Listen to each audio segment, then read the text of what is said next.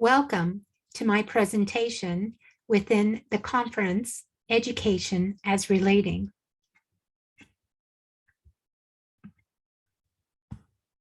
My name is Dr. Susan Mossman-Riva, and I will be presenting my research on transformative pedagogies, the transformogram portfolio using autoethnography in transformational learning. I work at the University of Creighton in Omaha, Nebraska. I live in Switzerland in a ski resort on top of a mountain, and I teach online.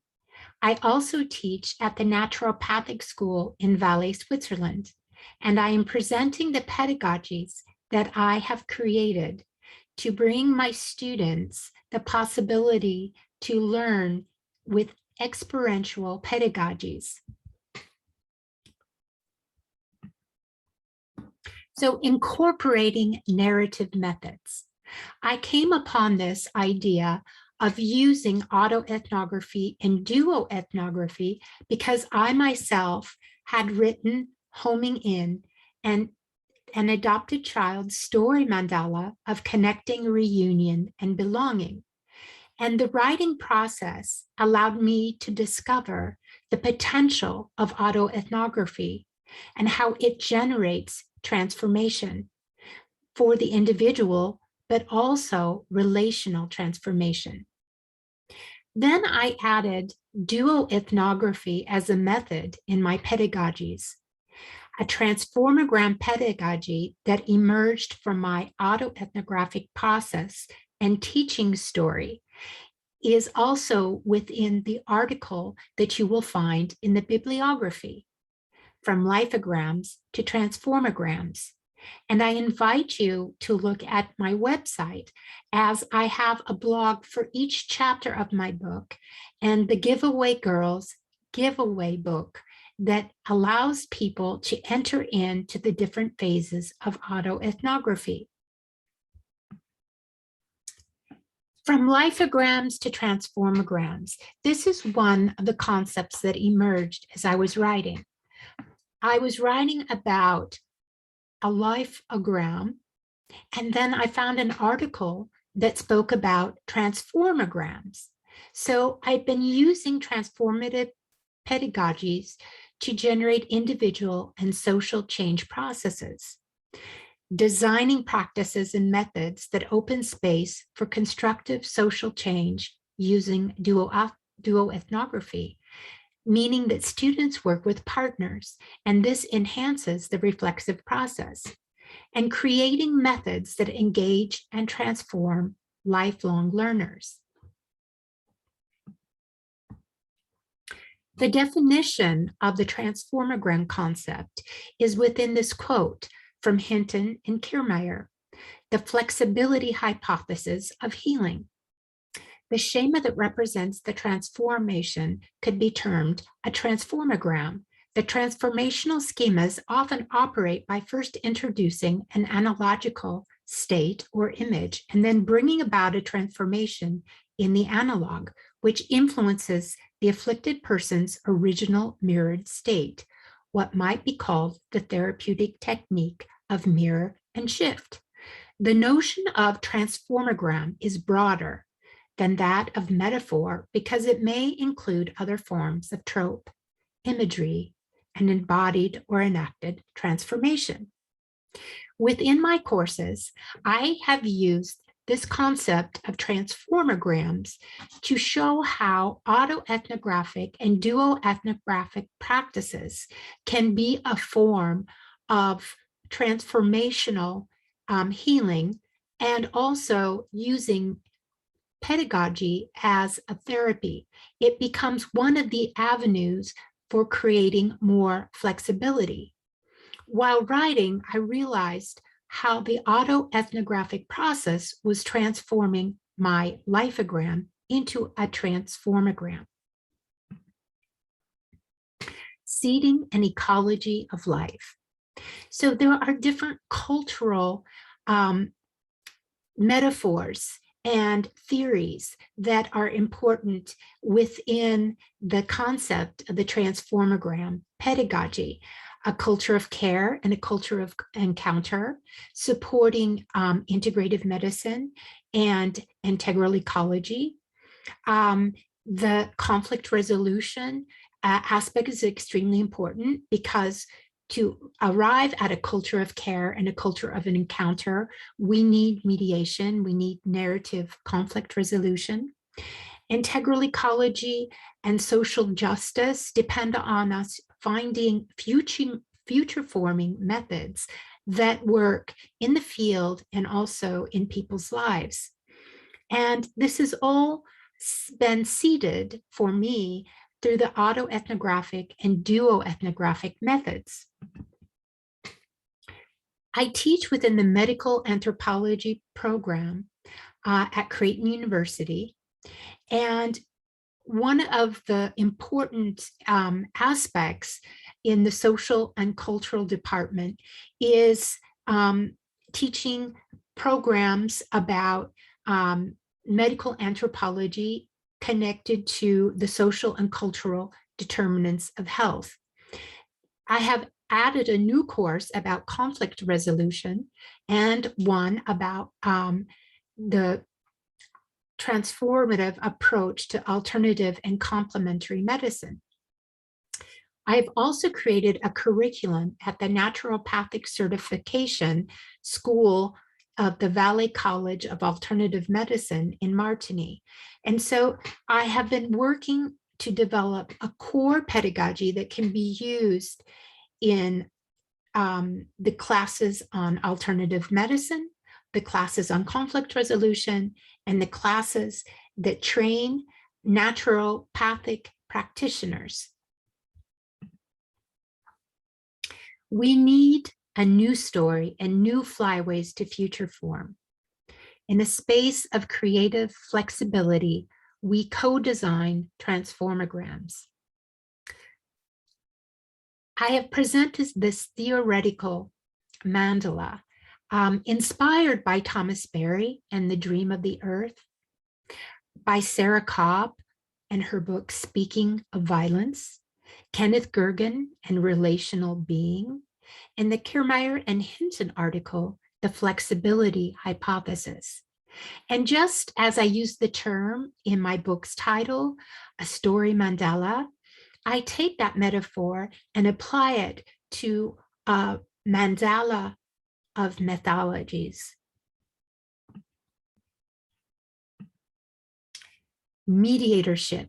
As I was writing in my autoethnographic process, words emerged. The word mediatorship became a very important word. It is a vessel, a container. Many words in English end with ship. And I used this term mediatorship to describe how I'm using transformative learning to mediate biomedicine and traditional world medicines. As biomedicine is the dominant medical approach in the Western world, mediating pedagogies are needed to teach future practitioners about complementary and alternative medicine, as patients increasingly seek out these practices. So this is a patient-centered approach, engaging with conflict and illness narratives and engendering connectivity. So mediatorship has multiple levels, and mediatorship brings in the idea of connectivity.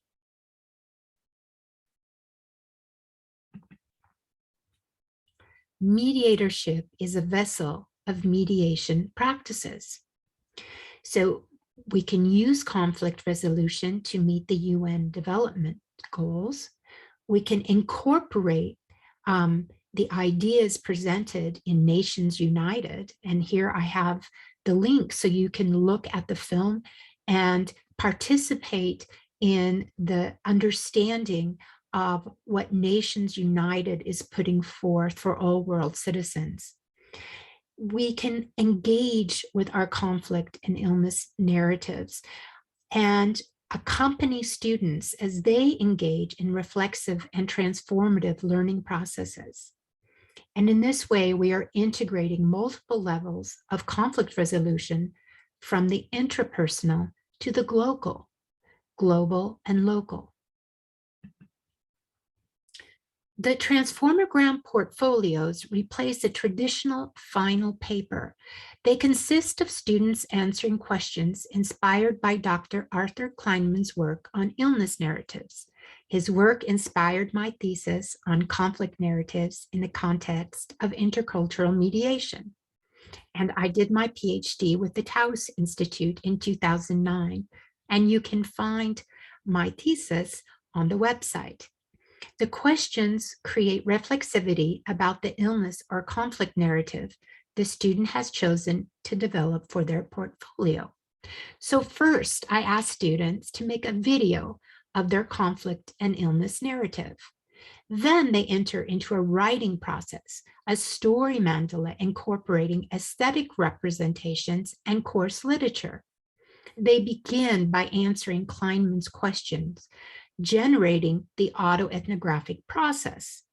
And then they share their work with their dual ethnographic partner to create even more reflexivity about their process. Part of the process is to make a cartography of resources and relationships. And then there's the reflexive space with their dual ethnographic partner at the end that allows them to identify any strategies or resources they might not have thought of. So the transformograms elicit both flexibility and reflexivity, opening experiential learning space for conflict resolution. This is really important because the experiential learning is key.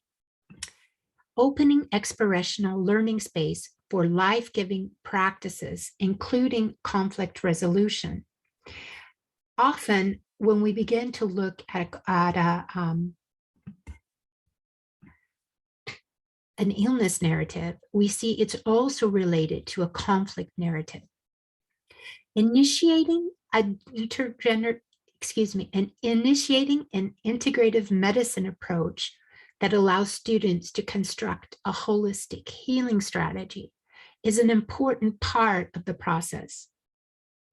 Giving value to medical pluralism generates constructive social change by sensitizing future practitioners.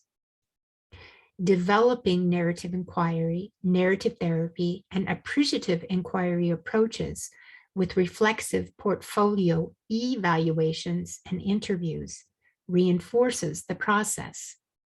And evaluating the effectiveness of this approach is a part of the ongoing pedagogical development process. So after having witnessed my students' processes in 3 separate courses, the naturopathic practitioners are older, and the students at Creighton are bachelor level students in their 20s.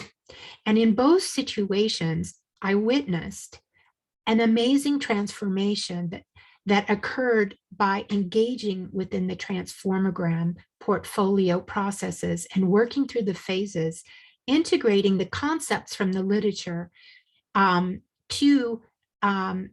linking them to their own experience and the experience of their dual ethnographic partners.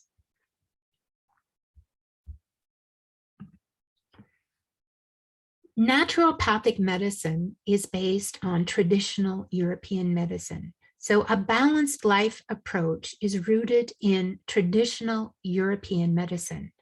Holistic healing approaches recognize how well-being is interconnected to a person's natural environment. Insights related to environmental issues are integrated into the systemic approach to well-being. Traditional European medicine is rooted in the writings of Saint Hildegard von Bingen, a Benedictine nun who lived in the 1200s in the Rhine River Valley region. The pillars of her medieval medicine provide the foundations for naturopathic medicine. Her vision was rooted in the earth and rooted in the sky. A book written by Dr. Sweet. She used the term viriditas to describe the greening power of God that can be understood as generative. She saw this in the greenness of nature around her and in this life-giving force within the plants. And this is why the transformogram approach is based on a generative approach. Here you have a picture of the Holy Grail. The Holy Grail is the Sacro Catino in the St. Lorenzo Cathedral in Genova, Italy, that I have visited twice. It is a metaphor, but it is also a way that I have come to use history and legend and metaphor to enhance the Holy Grail way, a concept that emerged from my auto-ethnographic process.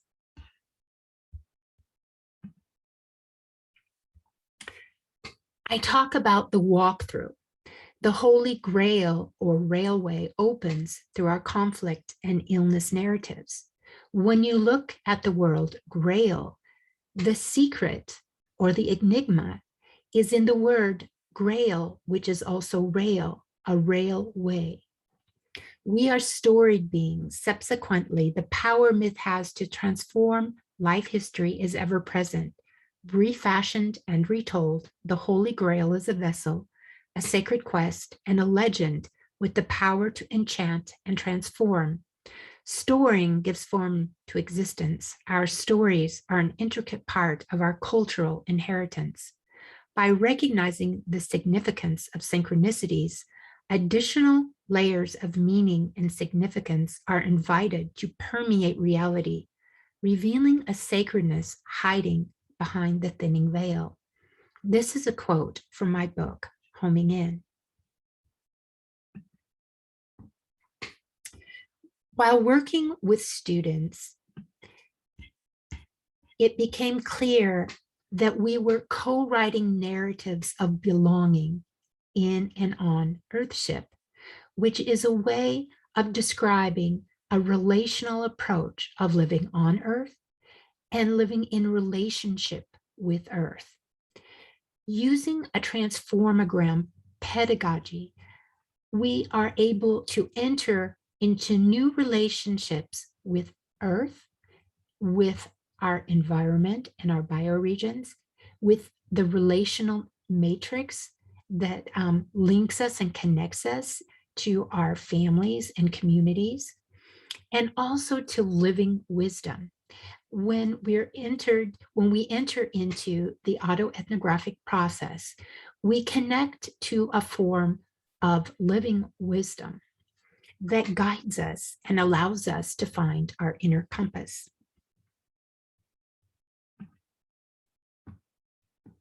Here is another quote from my book, "Behold the Emerald Planet," which means that the perception is so important. When we behold, we perceive differently. And when we enter into the transformogram process, our perceptions are transformed. As I hold the Book of Changes, the I Ching falls open to, on the earth is water, the image of holding together.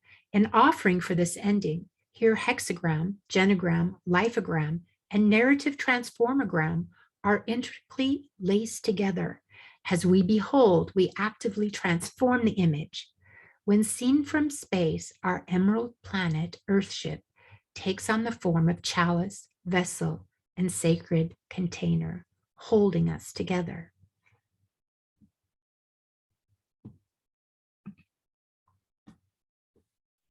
This homing in mechanism that adopted children that find their birth families have, and this has been documented, shows that we have this homing in mechanism and that all people can activate it, not just people like myself who found their birth parents.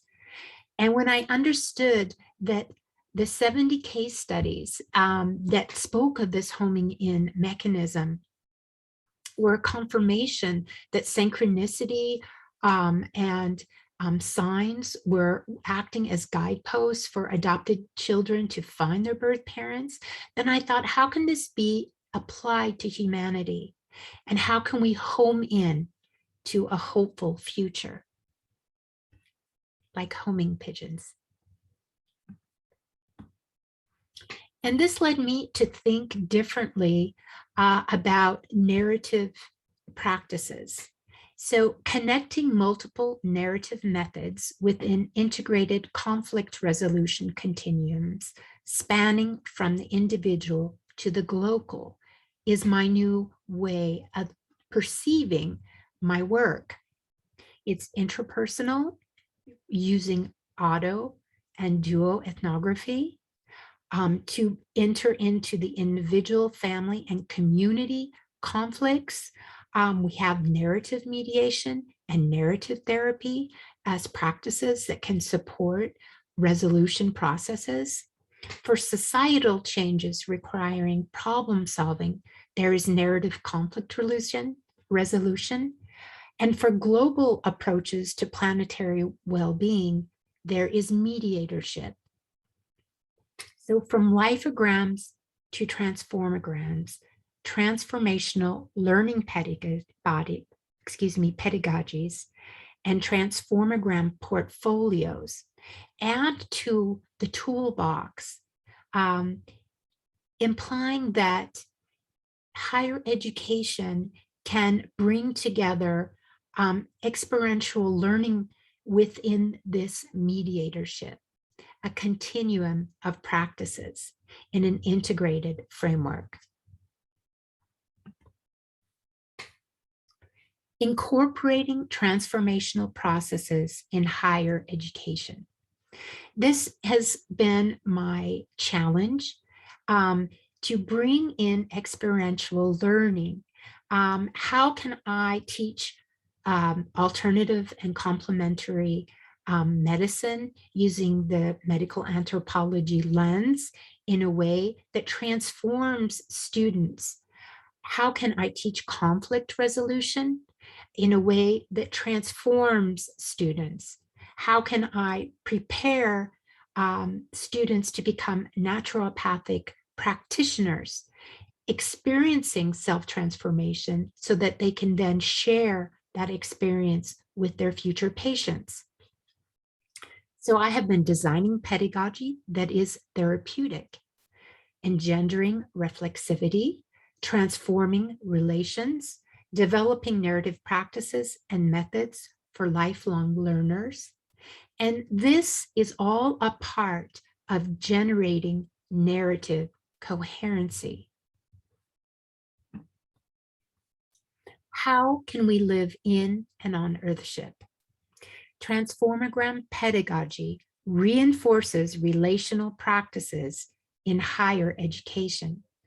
So here you have my two websites, the website for my book, and also the website that has all of my academic articles that you might want to look at. And my most recent article, from lifograms to transformograms. I have also included my email if you would like to reach out to me. I work, as I said before, at Creighton University, but I live in Switzerland in the French-speaking part of Valais, in the four valleys, and between Verbier and Latsuma, where I'm often on top of the mountain, either skiing or hiking. And now I will share with you the bibliography.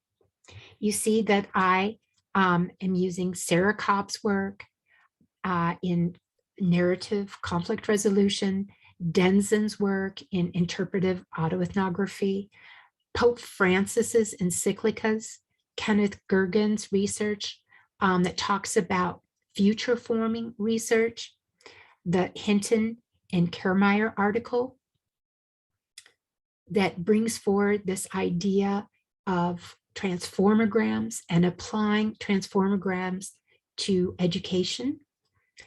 Mikosi, the book that I teach, in my course on alternative and complementary medicine, my book, Homing In, an adopted child story mandala of connecting, reunion, and belonging, my article, From Lifeograms to Transformograms, Storing Transformational Processes and Pedagogies, and Dual Ethnography, written by Sawyer and Norris, that proposes this method for education, and Sweet's book, Rooted in the Earth, Rooted in the Sky, Hildegard of Bingen and Pre-Modern Medicine.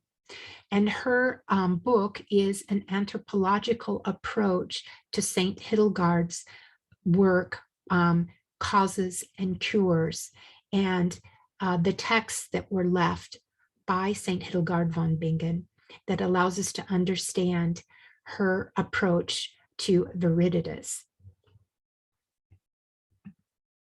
I will end with this picture of our beautiful planet, and I invite you to look at my websites, and I look forward to hearing from you and continuing the conversation.